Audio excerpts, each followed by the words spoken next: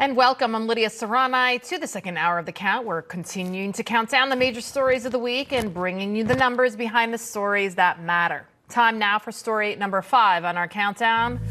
Justice prevails. The Supreme Court announcing several opinions this week, but perhaps the one getting the most attention went in favor of a January 6th defendant who was seeking to throw out an obstruction charge. The ruling potentially impacting hundreds of other protesters who have been charged for their actions that day, remaining in prison, including and also.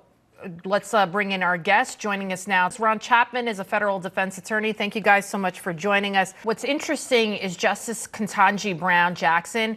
She joined the majority on this case, writing, quote, despite the shocking circumstances involved in this case, the court's task is to determine what conduct is prescribed by the criminal statute that has been invoked as a basis for the obstruction charge at issue here. So talk to me, Ron. What do you think about this?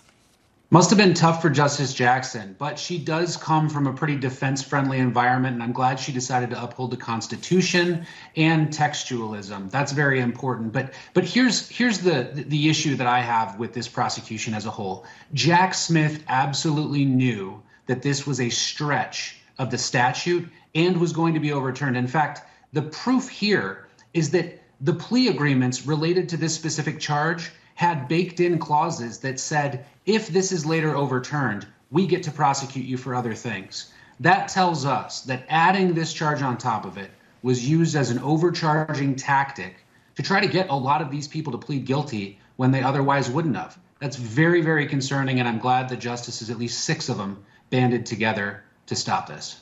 And talk to me, Ron, how does this affect President Trump? He wasn't charged specifically with obstruction or anything to do, but how could this possibly affect him?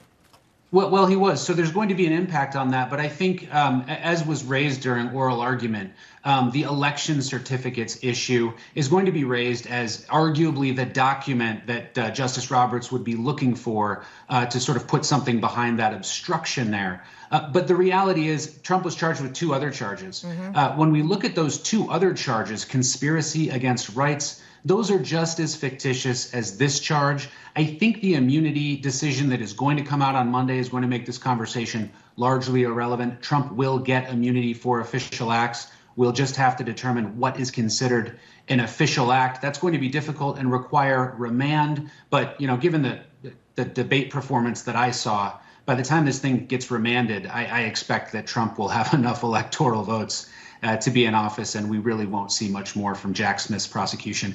Jack Smith, after this Supreme Court term, has a lot of egg on his face. It's clear that he was throwing up a lot of chaff to try to influence an election, and I think that that's terrible for the country, but I'm glad the Supreme Court was there to stop it.